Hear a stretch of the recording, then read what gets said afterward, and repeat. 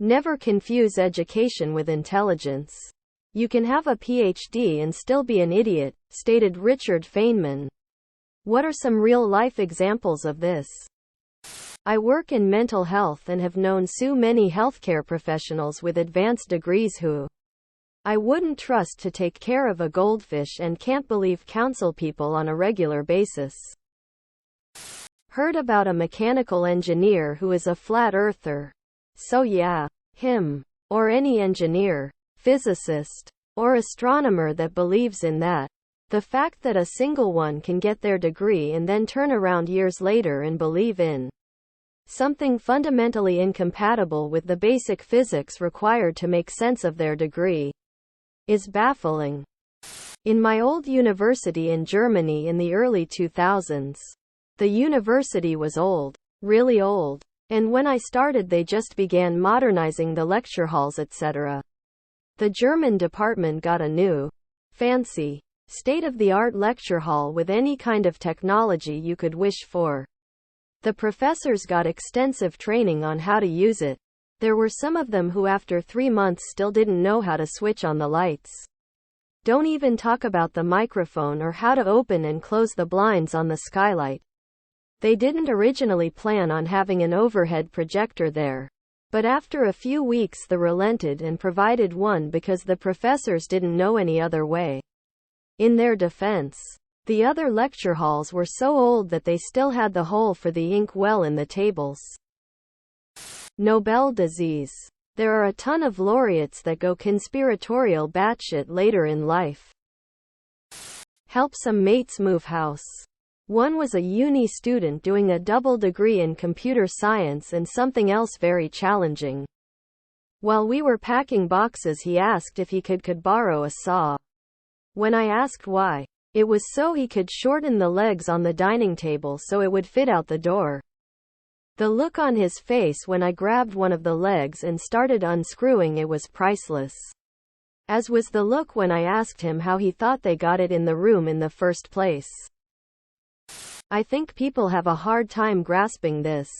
But most people are very ignorant about the vast majority of things. Not because people are inherently stupid, but because we live in a very complex and specialized society.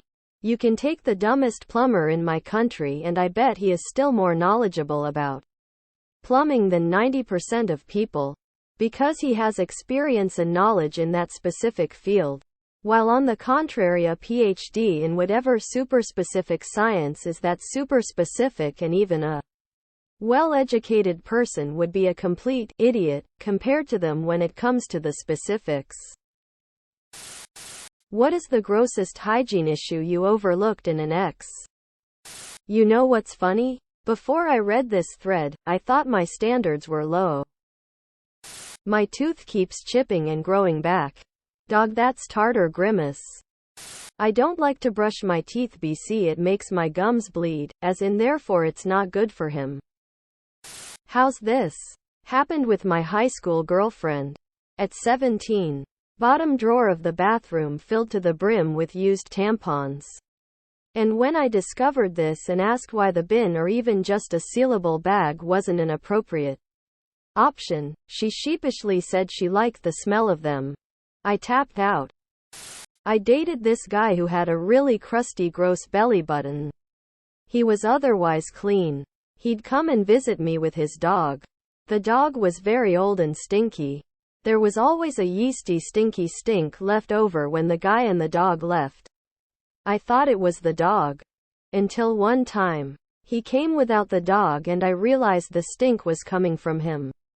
From the belly button. Didn't seem to shake well or wash well, so if I ever laid my head on his lap it reeked of piss. Who made the stupidest and most embarrassing mistake in history?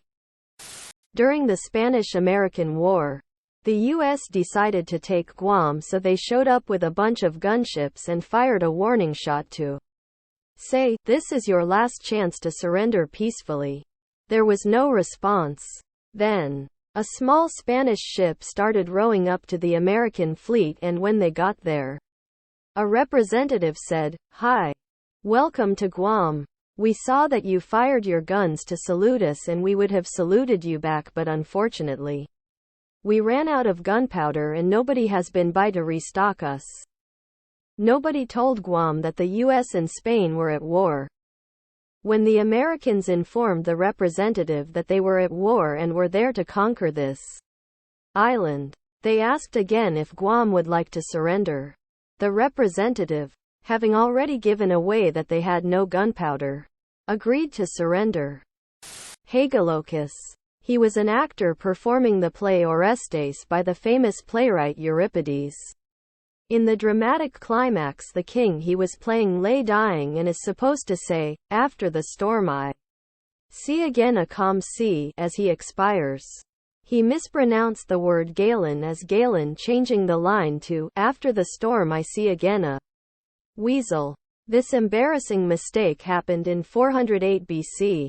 It is the only thing we know about Hagalocus. It was so humiliating and so widely mocked that we're still talking about it 2004. 131 years later. My personal favorite is New Zealand Prime Minister Robert Muldoon getting drunk in his office one night and then calling a snap election. 2 weeks later, his government was voted out of office. Whoever lost Special Order 191 in 1862, during the American Civil War, Robert E. Lee decides to invade the Union. His outnumbered army is secretly marching in several divided columns into Maryland to attack Washington, D.C. He sends out this secret order to his top commanders, detailing where and when everyone should be during the march. A few days later, a Union soldier finds a couple of cigars lying in a field, with a copy of these orders wrapped around them. Some idiot had dropped it.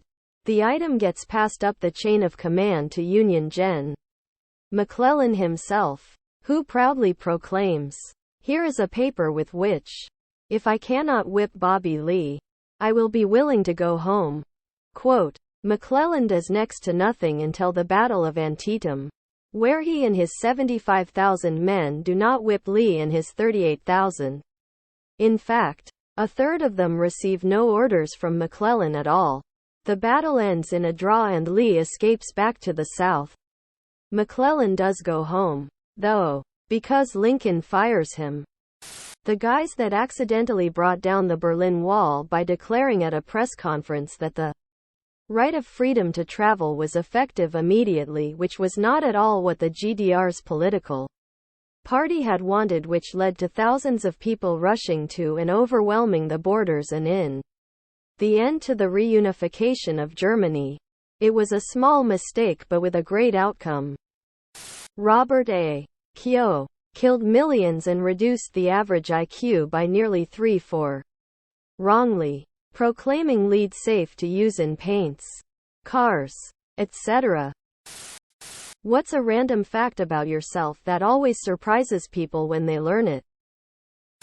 That I lived in an off-grid cabin in Alaska for 6 years. I've heard, but you seem so normal, more than once. I'm missing a couple toes. I hitchhiked and couch surfed across Canada, essentially supported by the kindness of strangers. I was in Sandlot. You won't see me, but I'll be damned if I didn't walk around for 2 days to get paid $80. That my childhood dream was to be a nun. I was a beta tester for Doom PC game in 1992. I was born at 25 weeks, 1 pound and 10 ounces with 0 birth defects. 24 years old, happy and healthy. You are declared Emperor of the United States.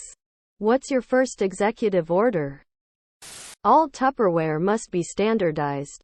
I'm sick of having lids that don't fit because the corners are different.